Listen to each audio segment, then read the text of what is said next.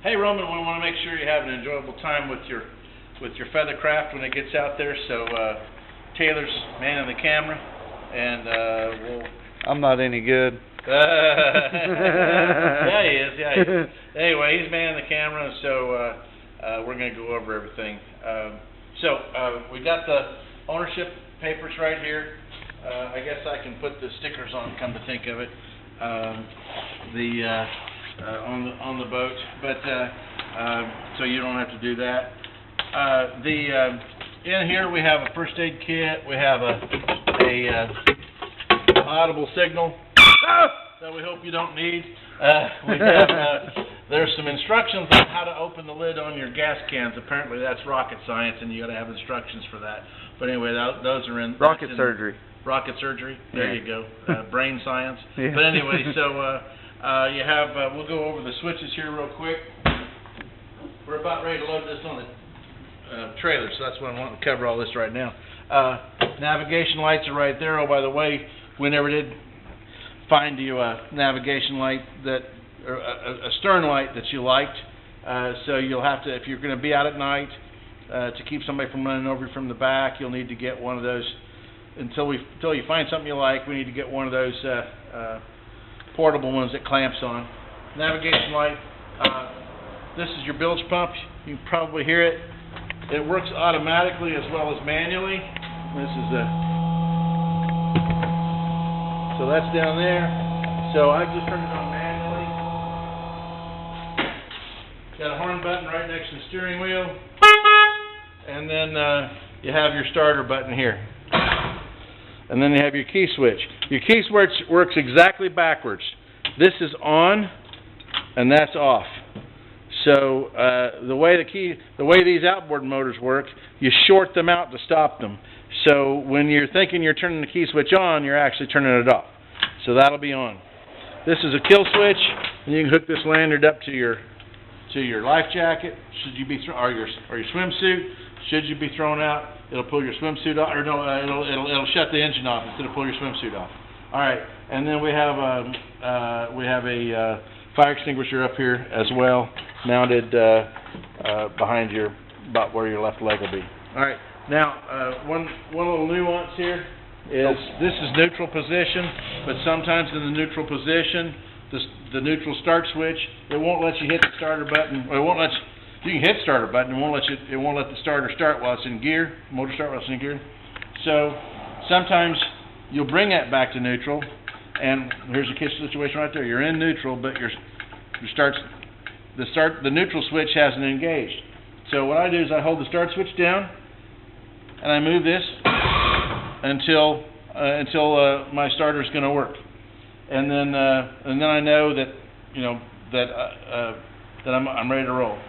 Right here is while you're in neutral. If you want to speed up the engine because it's wanting to die, you can rev the engine with this lever while you're in neutral. All right. Once you can't go into gear while this is revved up. It'll lock you from going into gear, but then you can put it back down to an idle, and you can go into gear and go on. All right. So the other thing I'll show you is back here in the back. When the engine is cold, it has to be choked to be started. And what that's referring to is we hold back some air by pulling this knob here. That creates that blocks off some air going in, and that creates a richer gasoline mixture. And so that the engine needs for starting when it's cold. And then here's your other start button back here. So what I do is when I've got to start it when it's cold, I'll lean back here. I'll make sure it's in neutral, and that when I hit this button, that it's going to start. And I'll pull my choke out, and I'll hit this button back here on the engine, which does the same thing as the button up front, and I can start the engine. Don't start the engine when it's not in the water. You can rotate it about as long as I did, and that's it, because inside the engine here is a water pump impeller. Inside here is a water pump impeller, and if you run it too long without water to lubricate it, it will melt inside here, and it won't pump water once it melts.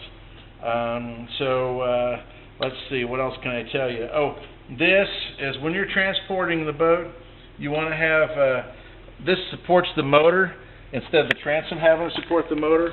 So while you're bouncing down the road, this needs to be in place so that the motor is supported by the trailer instead of by the transom. It'll rip the transom right off the boat if you drive enough miles.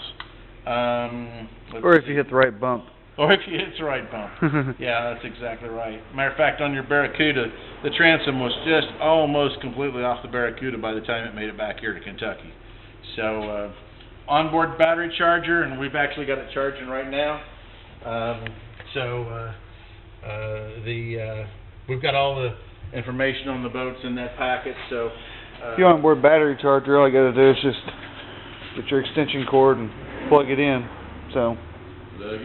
Plug it in. So anyway, windshield maintenance.